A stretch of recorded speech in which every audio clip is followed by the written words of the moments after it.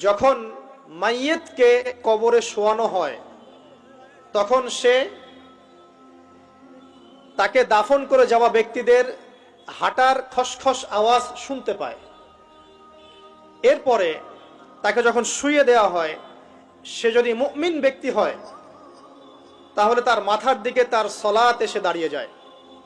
দুনিয়াতে আপনি যে নামাজগুলো পড়েছেন, আমি যে নামাজগুলো পড়ছি, এগুলো মাথার দিকে দাঁড়িয়ে যায়। ডান দিকে চলে আসে তার সওম মানে কি রোজা, বাম দিকে চলে আসে যাকাত, তারপরে পায়ের দিকে চলে আসবে তার আত্মীয়তার সম্পর্ক রক্ষার ইবাদত, তার এই যে অন্যান্য দান সদকা, তার নফল আমল, তার তাসবিহ তাহলিল, তার কোরআন তেলাওয়াত ইত্যাদি পায়ের দিকে চলে আসবে। এখানে একটা হাদিস এসেছে, সূরাতুল মুলক যে ব্যক্তি রাতের বেলা তেলাওয়াত করবে, কোন সূরা ভাই? তাবারাকাল্লাযী বিয়াদিহিল মুলক ওয়া হুয়া আলা কুল্লি শাইইন কাদির। এই সূরা যে ব্যক্তি রাতের বেলা করে তেলাওয়াত করবে, ইনশাআল্লাহ সূরা মুলকও কবরে তার সাথে থাকবে এবং কবর আযাব থেকে সূরা মুলক তাকে বাঁচাবে ইনশাআল্লাহ। আমি বুঝাচ্ছি যে কি অবস্থাটা হবে। এবার দুজন ফেরেশতা মাথার দিক থেকে আসবেন, আসতে চাইবেন, সালাত বলবে এখান দিয়ে আসা যাবে না, এদিক দিয়ে আসা যাবে না। ডান দিক দিয়ে আসতে চাইবেন, এদিক দিয়ে আসা যাবে না। বাম দিক দিয়ে আসতে চাইবেন, যাকাত বলবে এদিক দিয়ে আসা যাবে না। পায়ের দিক দিয়ে আসতে চাইবেন, আমলগুলো বলবে এদিক দিয়ে আসা যাবে না। তারপরেও তারা আসবেন, চোখগুলো হবে নীল এবং কালো বর্ণ, নীলাপ চোখের কালো। মুনকার নাকি উঠে বসিয়ে দেওয়া হবে। এবার তিনটা প্রশ্ন। প্রথমে প্রশ্ন হচ্ছে কি, মান রব্বুক, তোমার রবকে? তখন মুমিন বান্দা বুক ফুলিয়ে বলবে রব্বি আল্লাহ, আমার রবকে আল্লাহ। পৃথিবীতে যে ব্যক্তি আল্লাহর সাথে শিরিক করে নাই, আল্লাহ তাওহীদের উপর থেকেছে এবং তার উপরে মৃত্যুবরণ করেছে, ইনশাআল্লাহ সে ব্যক্তি এর উত্তর নির্দ্বিধায় দিতে পারবে ইনশাআল্লাহ। আর দুনিয়াতে যে বা যারাই আল্লাহর সাথে শিরিক করবে, আল্লাহর সাথে শিরকের পাপে লিপ্ত হবে, ওই অবস্থায় মারা যাবে, তাওহীদের উপর থাকবে না, কোশ্চিন কালেও মান রব্বুক উত্তর দিতে পারবে না। তারপরে প্রশ্ন হয়ে যাবে মা দীনুক, তোমার দিন কি ছিল? মুমিন বান্দা উত্তর দিবে কি, দীনি আল ইসলাম, আমার দিন ছিল ইসলাম। এখানে শুনে রাখেন, পৃথিবীতে যারা ইসলামকে পরিপূর্ণ রূপে পালন করবে তারাই এই উত্তর দিতে পারবে ইনশাআল্লাহ। যারা ইসলামকে ঠাট্টা বিদ্রুপের হাসি তামাশার পাত্র বানিয়েছে, মন চাইলে কিছু করি, মন চাইলে কিছু করি না, সহজগুলো একটু আমল করি, বাকি কিছুর আমল ধারি না, হ্যাঁ, নামাজ পড়ি, সুদ ছাড়তে পারি না, ঠিক আছে, বছর বছর ওমরা করি, এদিকে ঘুষ দুর্নীতি ছাড়তে পারি না, ইসলামকে ঠাট্টা তামাশার পাত্র বানিয়েছে, এরা কোশ্চিন কালে উত্তর দিতে পারবে না মা দীনুক, দিনে পরিপূর্ণরূপে ইসলামে প্রবেশ করতে বলেছেন আল্লাহ রাব্বুল আলামিন। যারা পরিপূর্ণরূপে ইসলামে প্রবেশ করবে এবং ইসলামের প্রতিটা মৌলিক বিধান মেনে চলবে, ইনশাআল্লাহ তারা এর উত্তর দিতে পারবে। এরপরে আসবে তৃতীয় প্রশ্ন, নবী সাল্লাল্লাহু আলাইহি ওয়াসাল্লামকে দেখানো হবে। যখন দেখানো হবে তখন সূর্য যখন ডুবে যায়, যে দৃশ্যটা আমরা দেখতে পারি না, ওই দৃশ্যটা ভেসে উঠবে এবং মুমিন বান্দা অস্থির হয়ে যাবে, বলবে আমাকে ছেড়ে দাও, আমি নামাজ পড়বো। সুবহানাল্লাহ। কারণ তার কাছে মনে হবে যে আসরের ওয়াক্ত হয়ে গেছে, আসরের ওয়াক্ত হয়ে গেছে, আসরের ওয়াক্ত চলে যাচ্ছে, আমাকে নামাজ পড়তে হবে। চিন্তা করেছেন? ওই যে একটা হাদিস আছে না, যে 7 শ্রেণীর মানুষকে আল্লাহ রাব্বুল আলামিন আরশের ছায়া দিবেন, তার মধ্যে এক শ্রেণীর মানুষকে যার অন্তর মসজিদের সাথে ঝুলে থাকে, তার মন মসজিদের সাথে ঝুলে ছিল, এই সূর্য ডুবে গেল বলে আমাকে ছেড়ে দাও, আমি নামাজ পড়তে যাব।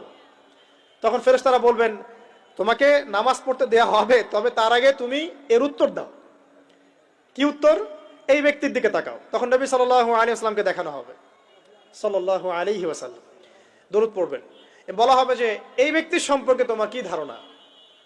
মান হাযা রাজুলু বুইসা ফীকুম, এই ব্যক্তি কে, যাকে তোমাদের কাছে পাঠানো হয়েছিল?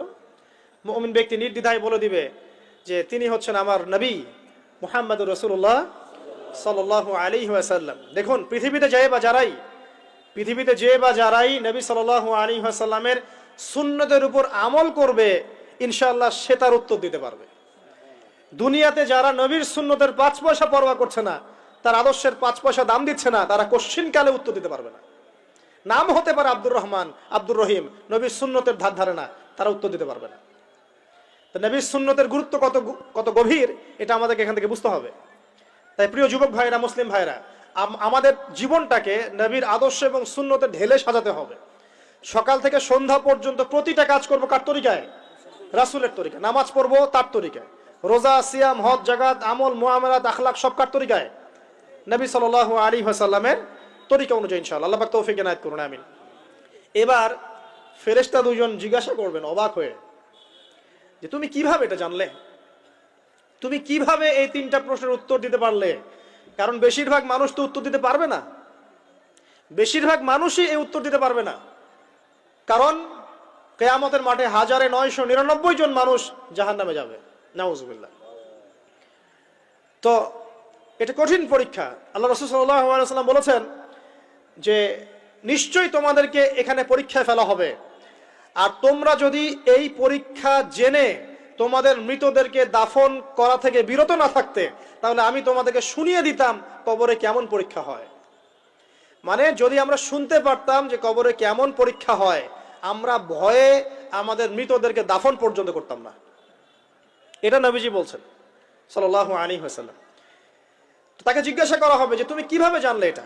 বেশিরভাগ মানুষ তো পারে না উত্তর দিতে।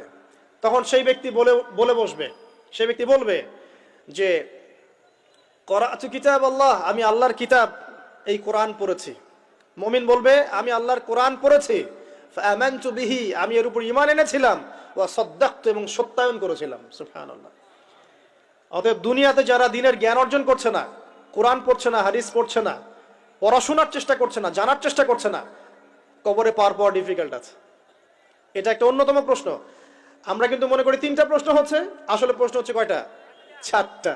তিনটার পরে আরো একটা এক্সট্রা। কিভাবে জানলে? তখন উত্তর দিচ্ছে আমি আল্লাহর কিতাব পড়েছি, ঈমান এনেছি, সত্যায়ন করেছি। সুবহানাল্লাহ। নবী সাল্লাল্লাহু আলাইহি ওয়াসাল্লাম হাদিসের পরের অংশে বলছেন যে যখন কাফের বান্দাকে উঠানো হবে, তখন ডানেও কিছু নাই, বামেও কিছু নাই, সামনে পিছনে কিচ্ছু নাই।